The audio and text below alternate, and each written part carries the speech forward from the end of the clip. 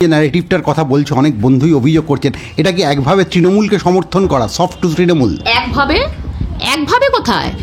পরিষ্কার করে এই মুহূর্তে ভারতবর্ষের যে কোনো বিজেপি বিরোধী মানুষ সে পরিষ্কার করে বলছে যে বিজেপির বিরুদ্ধে আমি কেজরিওয়ালকে সাপোর্ট করছি, বিজেপির বিরুদ্ধে আমি লালুকে সাপোর্ট করছি, যে লালু জেলে ছিলেন, বিজেপির বিরুদ্ধে আমি সোনিয়া গান্ধীকে সাপোর্ট করছি, বিজেপির বিরুদ্ধে আমি মমতা বন্দ্যোপাধ্যায়কে সাপোর্ট করছি। এর মধ্যে কোনো সফটের ব্যাপার নেই। রথযাত্রা বার করতে হবে, তাহলে এসসি এসটি ওবিসি মানুষের কাছে বিজেপি বলার চেষ্টা করছে তোমরাও হিন্দু আমরাও হিন্দু। রাম মন্দিরে ঢুকতে দেবে? রাম মন্দিরে দ্রৌপদী মুর্মুকেই চান করিয়ে ঢুকিয়েছে নতুন সংসদ ভবনে, ঢুকতে দেবে এসসি এসটি?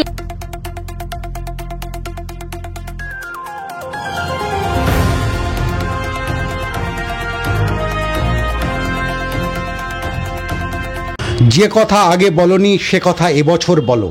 আর এবছর একটা ভোটের বাদ্যি বেজে উঠেছে এবং ভোট নিয়ে, রাজনীতি নিয়ে আবারও আমরা মুখোমুখি বর্ণালী মুখোপাধ্যায়ের সঙ্গে। বর্ণালী মুখোপাধ্যায়ের নতুন করে কোনো পরিচয় কথা মুখের দর্শকদের দিতে হবে না। ধন্যবাদ। প্রথম যে জায়গাটায় যাব তোমার সাথে সেটা হচ্ছে যে আজকে দেখা যাচ্ছে একটা হই হই হিড়িক পড়ে গেছে। বিভিন্ন মানুষজন যাদের কৃতি বলা হয় তারা এখন বিজেপিতে যোগদান করাকে একটা সামাজিক কর্তব্য বলে মনে করছেন।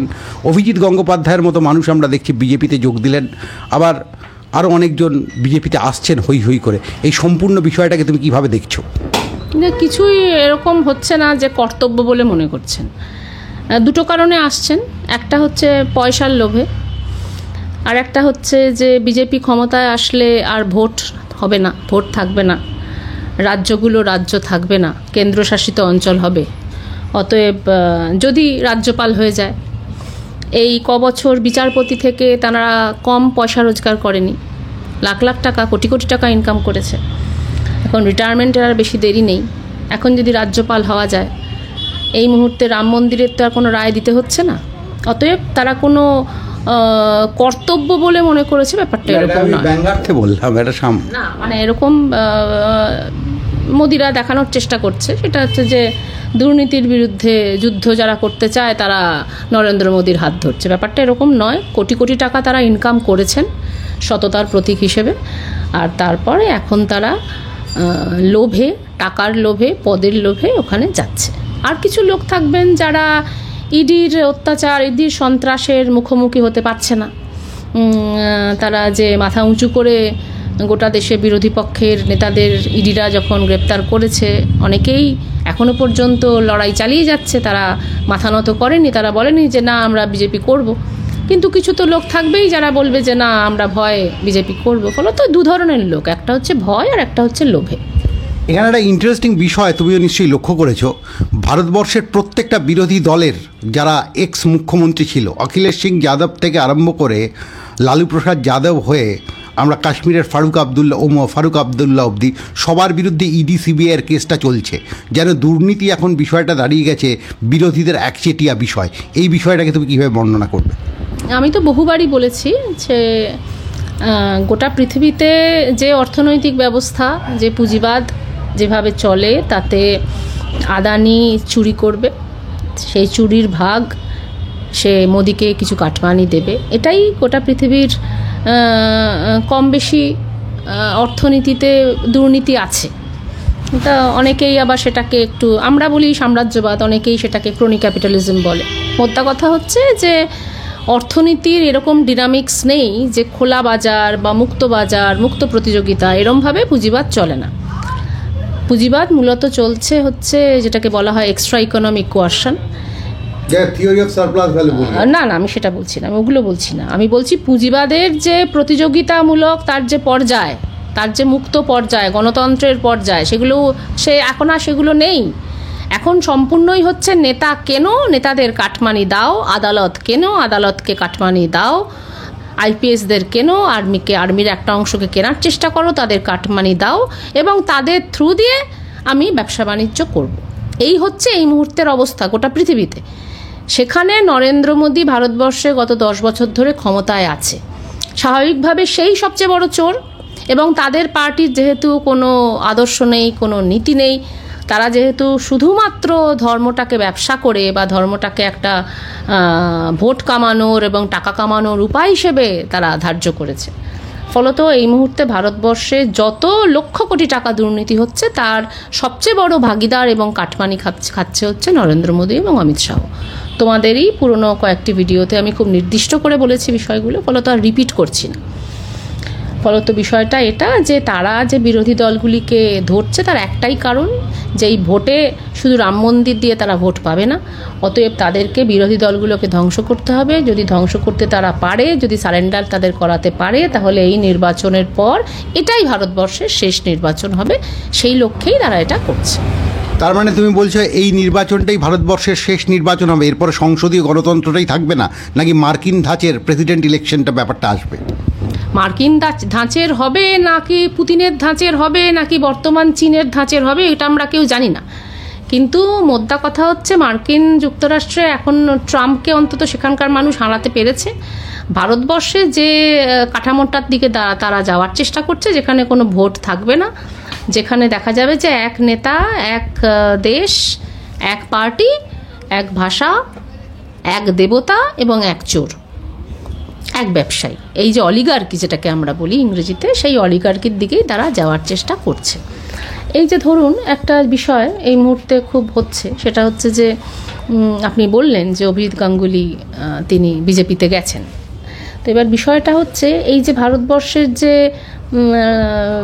বিচার ব্যবস্থা, তো আমরা কিন্তু যারা সমস্ত মানুষ এটা জানে যে গোটা ভারতবর্ষের সুপ্রিম কোর্ট এবং বিভিন্ন হাইকোর্ট সব মিলিয়ে প্রায় 6 কোটি মামলা সেটা কিন্তু ঝুলে আছে।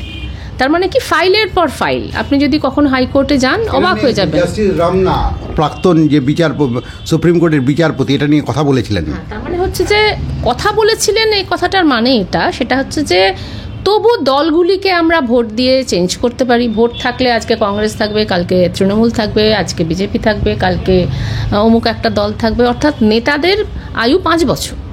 মানুষ ভোট দিয়ে তাদের চেঞ্জ করতে পারে। মানুষের সামনে তাদেরকে জোরহাত করে আসতে হয় অন্তত ভোটের আগে অন্তত তাদেরকে কিছু বলতে হয় যে আদিবাসী, SC ST OBC তোমাদেরকেও আমরা হিন্দু মানি।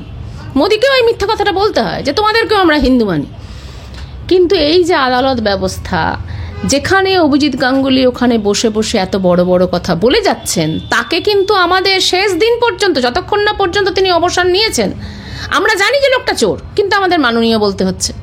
আচ্ছা, সেই লোকটার মাইনে কয়েক লক্ষ টাকা, তার উপর তিনি পার্কস পান, তিনি ওখানে আদালতে বসে কিন্তু কোনো রায় যতটা না দিচ্ছেন তার থেকে বেশি সময় ব্যয় করছেন হচ্ছে শুধু লেকচার দিতে।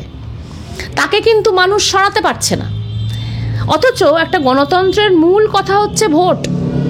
ভারতবর্ষের যে গণতান্ত্রিক কাঠামো, সেখানে রাষ্ট্রের 3টে অংশ সে ভোটের উপর নির্ভর করে না।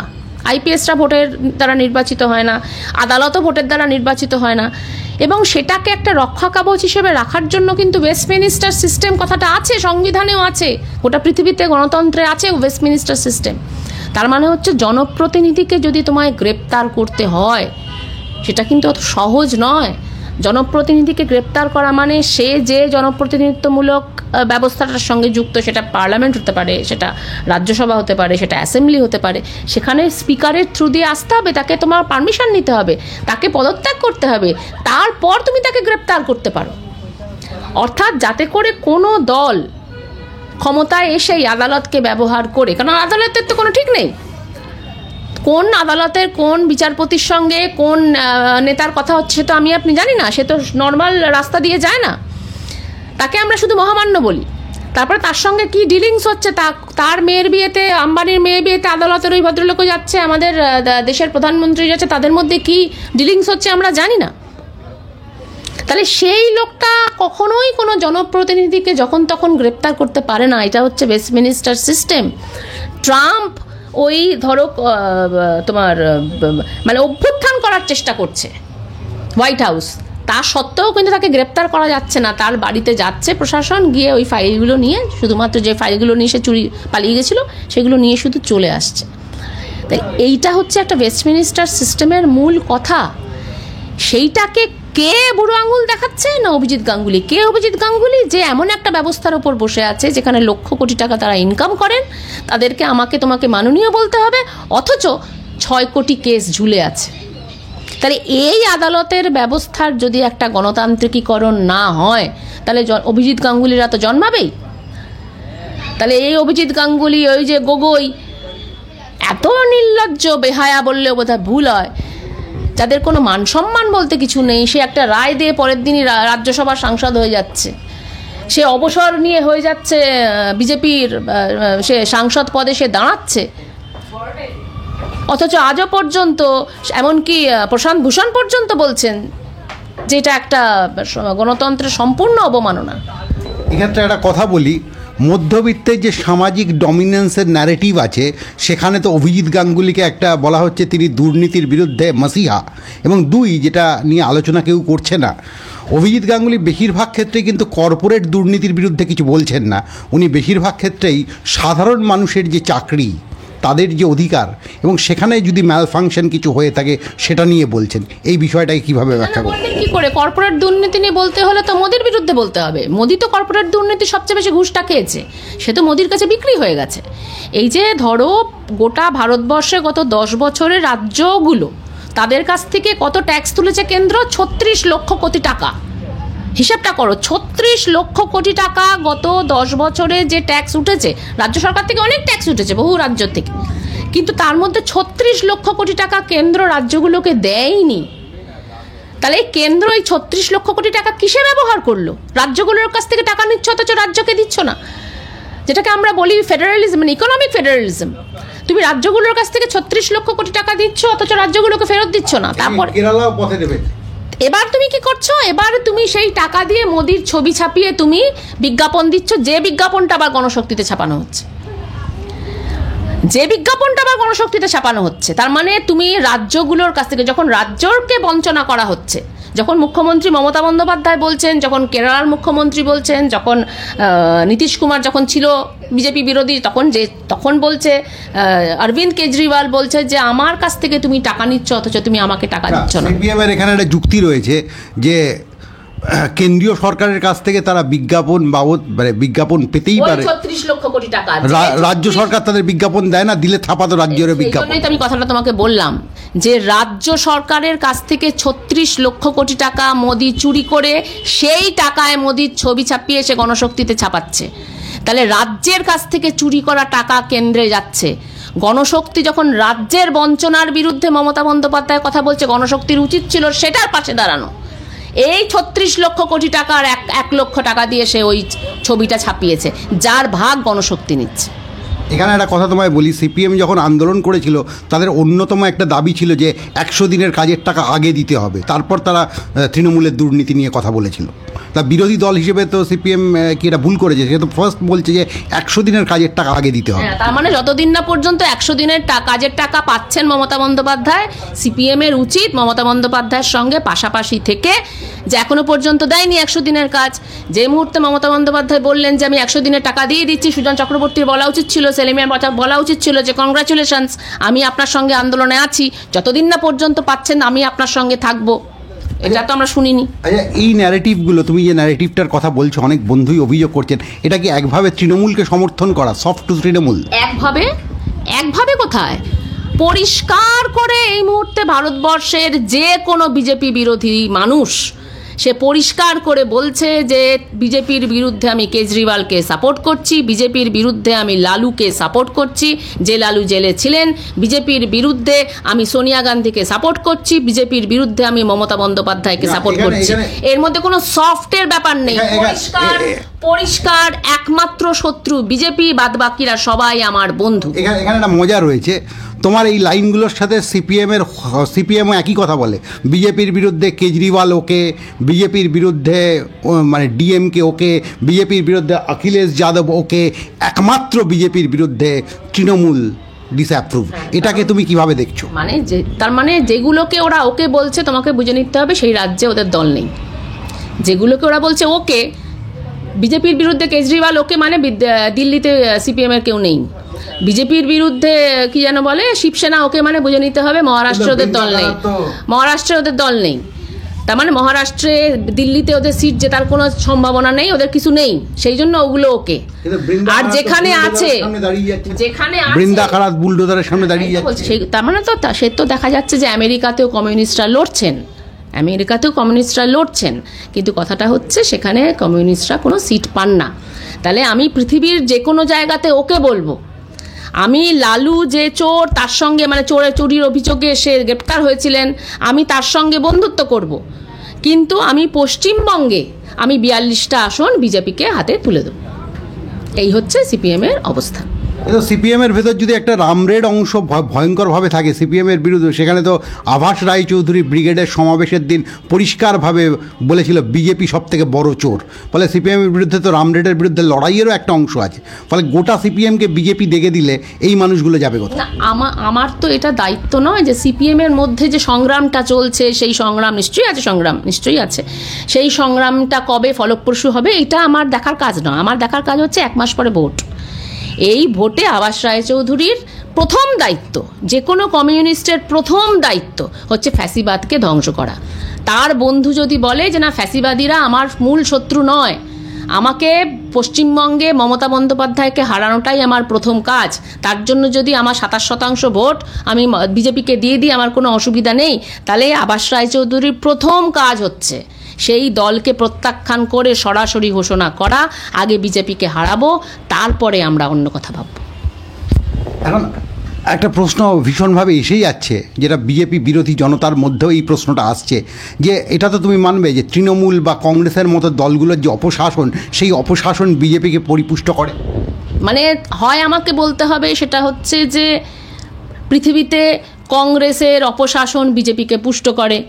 আচ্ছা, তোমার হিটলার আসার আগে, হিটলারের আগের যে শাসন সেটা হিটলারকে পুষ্ট করেছে। আচ্ছা, রাবণকে পুষ্ট করেছে রাবণের মা। আচ্ছা, তাহলে এবার বিষয়টা হচ্ছে যে যাকেই পুষ্ট করুক না কেন, এখন রাবণ যখন হয়ে গেছে, বিভীষণ নিশ্চয়ই কোনো কালে রাবণকে পুষ্ট করেছিল, কিন্তু কথাটা হচ্ছে একবার যখন রাবণ হয়ে গেছে, সমস্ত মানুষের একটাই কাজ সেই রাবণকে হারানো। এখন যখন মোদি এসে গেছে, 14 সালের আগে কংগ্রেসের কি ভূমিকা ছিল আমার জানার দরকার নেই। ভারতবর্ষে তোমার ইংরেজদের জন্য, কংগ্রেসের জন্য, মানে এটা তো লজিকটা তো পেছনে চলতেই থাকবে যে ভারতবর্ষের রাজাদের জন্য ইংরেজরা এসছে, আচ্ছা ইংরেজদের জন্য কংগ্রেস এলো, আচ্ছা কংগ্রেসের জন্য তারপরে মোরারজি দেশাইরা এলো, এগুলো চলতেই থাকবে। সিপিএমের জন্য মমতা এলো, এগুলো চলতেই থাকবে। কথাটা হচ্ছে যে আগেরটার জন্যই পরেরটা আসে, কিন্তু ফ্যাসিস্টদের বিরুদ্ধে লড়াই এটা হচ্ছে যে কোনো গণতান্ত্রিক মানুষের প্রথম কাজ। আসল আলোচনাটা করো যে ভারতবর্ষে এই মুহূর্তে SC ST OBC তাদেরকে বিজেপি বোঝানোর চেষ্টা করছে যে তোমরা আসলে আর অস্পৃশ্য নও, তোমরাও হিন্দু। অথচ যখনই তাদের সংরক্ষণের প্রশ্নটা আসে, ভারতবর্ষে যখন মণ্ডল কমিশনের প্রশ্নটা এসেছিল, তখনই কমণ্ডলটা এলো, তখনই আদবানি বললো এবার আমাকে রথযাত্রা বার করতে হবে। তাহলে SC ST OBC মানুষের কাছে বিজেপি বলার চেষ্টা করছে তোমরাও হিন্দু, আমরাও হিন্দু। রাম মন্দিরে ঢুকতে দেবে? রাম মন্দিরে দ্রৌপদী মুর্মুকেই চান করিয়ে ঢুকিয়েছে নতুন সংসদ ভবনে, ঢুকতে দেবে SC ST OBC-কে? সংরক্ষণ প্রত্যেকটা তুলে দেবে। ওরা ওদের দলে RSS এর মধ্যে মহিলাদের ঢুকতে দেবে? ওদের দলে SC ST OBC-র মধ্যে ব্রাহ্মণদের নর্মাল বিবাহ, নর্মাল সম্পত্তির আদান প্রদান ওরা দেবে? ওরা বিবাহ করতে দেবে? ওরা SC ST OBC-কে হিন্দু মানে না, ওরা মানুষই মানে না। এখন ওদের ভোটের জন্য এগুলো বলছে যে ওরা হিন্দু। এগুলো নিয়ে চর্চা করুক সিপিএম, এইগুলো নিয়ে চর্চা করার কথা। এইটা কাজ কমিউনিস্টের। অভিজিৎ গাঙ্গুলিকে নিয়ে নাচার ফলে আজকে কি হলো? মুখটা কার পুড়লো? আমার তোমার তো পড়েনি, আমরা তো জানুয়ারি মাসেই বলেছিলাম অভিজিৎ বাবু আপনি খোলা চিঠি দিয়ে বলেছিলাম আপনি বিজেপিতে জয়েন করেন, আর কেন এত কষ্ট করছেন? তাহলে তোমার কথা অভিজিৎ বাবু রাখলেন? মানে বিষয়টা হচ্ছে এটা খুবই দুর্ভাগ্যজনক যে এই চোরগুলো আদালতের মাথায় বসে আছে, কারণ আদালত ব্যবস্থাটা কোনোভাবেই গণতান্ত্রিকীকরণ হয়নি। আমরা মোদিকে হারানোর পর এটা আমাদের কাজ থাকবে যে আদালতের মধ্য দিয়ে এই দুর্নীতিপরায়ণ অভিজিৎ গাঙ্গুলি, রঞ্জন গগৈরা যেন আর স্থান না পায়। সেটা কিভাবে হবে আমাদের ভাবতে হবে। তোমার দুটো কোয়েশ্চেন করে আজকের মতো শেষ করব। একটা হচ্ছে শুধু OBC SC নয়, আদিবাসীরা তাদের ধর্ম বলতে মনে করে সারনা ধর্মকে। সেই ধর্মকেও স্বীকৃতি দেওয়া হচ্ছে না, এবং বিজেপি বলে আদিবাসী বলে কেউ নেই, সবাই বনবাসী। মানে আদিবাসী শব্দটা বললে তাকে স্বীকার করে নিতে হয়। কিন্তু তবু আদিবাসীদের মধ্যে বিজেপির একটা জনপ্রিয়তা থাকে কি করে, বা তারা ভোট পায় কি? হ্যাঁ, তার কারণটা সেটা হচ্ছে যে মুসলমানগুলোকে যদি তাড়াতে পারিস, তুই তো কারি করে, মুসলমানগুলোকে যদি তাড়াতে পারিস, ওই জঙ্গলটা, ওই জমিটা, ওই পুকুরটা তোদের মধ্যে বিলিয়ে দেবো। এই যে লোভ দেখানো হচ্ছে, এটা হুইসপার ক্যাম্পেইন করা হচ্ছে, এই যে লোভটা দেখানো হচ্ছে, এইখান থেকেই কিন্তু তারা শেষ পর্যন্ত গুজরাট দাঙ্গাতেও কিন্তু আদিবাসীদের ওরা ব্যবহার করে, সোশ্যাল ইঞ্জিনিয়ারিং বলছে ওরা। গুজরাট দাঙ্গাতেও কিন্তু ওরা আদিবাসীদের ব্যবহার করেছে, এবং তারপরেই তো আর জমি জায়গা ওরা পায়নি, জমি জায়গা আদানি পেয়েছে, জমি জায়গা মোদিই পেয়েছে, অমিত শাহ, জয় শাহরাই পেয়েছে, কিন্তু আদিবাসীদের এভাবে ব্যবহার করা হচ্ছে। তার সঙ্গে নানা রকম কালচারাল, মানে দেখা যাচ্ছে রাতের পর যখন যেদিনকে রাম মন্দির হচ্ছে, রামের নামের আগে মদ ওখানে খোল্লা বিজেপি ওখানে মদ ঢালাও ব্যবস্থা করেছে।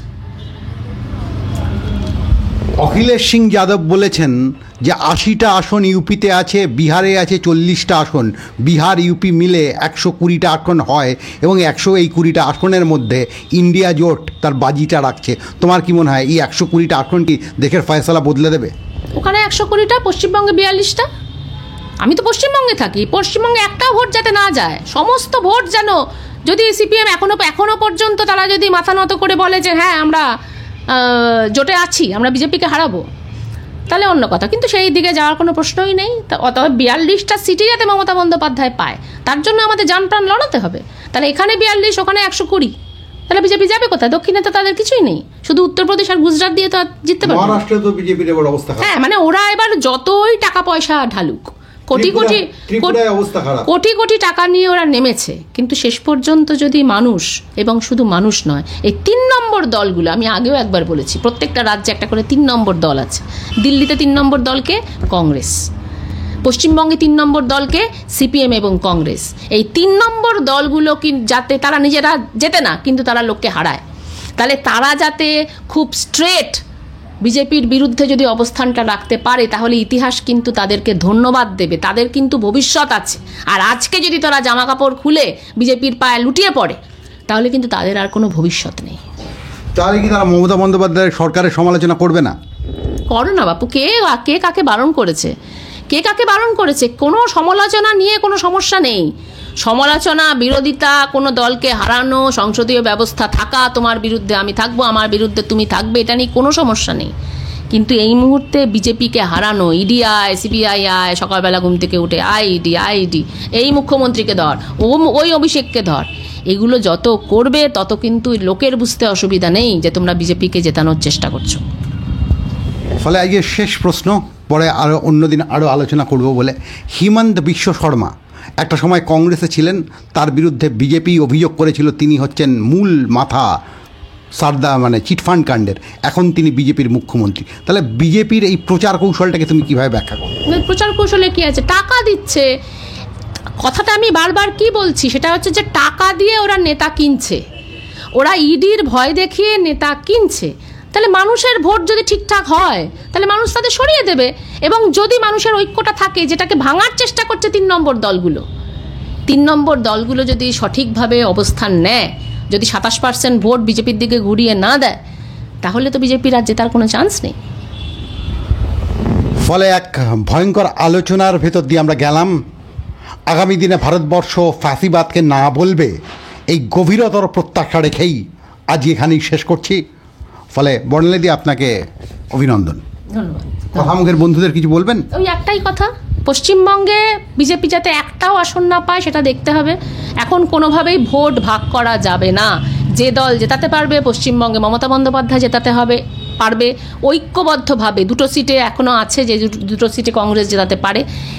অতএব বাদবাকিগুলোতে মমতা বন্দ্যোপাধ্যায়কে জেতানো, এটাই এক এবং একমাত্র কাজ। এর মধ্যে কোনো সফটের ব্যাপার নেই, খুব স্পষ্ট হার্ড লাইন। হার্ড বা সফট বলে কিছু হয় না, ব্যাপারটা হচ্ছে অন্য বিষয়। সেটা হচ্ছে আমরা নিরপেক্ষ সংবাদ মাধ্যম, ফলে নানা মানুষ নানা কথা বলবেন, মানুষ তার উপলব্ধি দিয়ে ফ্যাসিবাদকে না বলবে, এই বলেই এখানে শেষ করলাম। ধন্যবাদ তোমায়।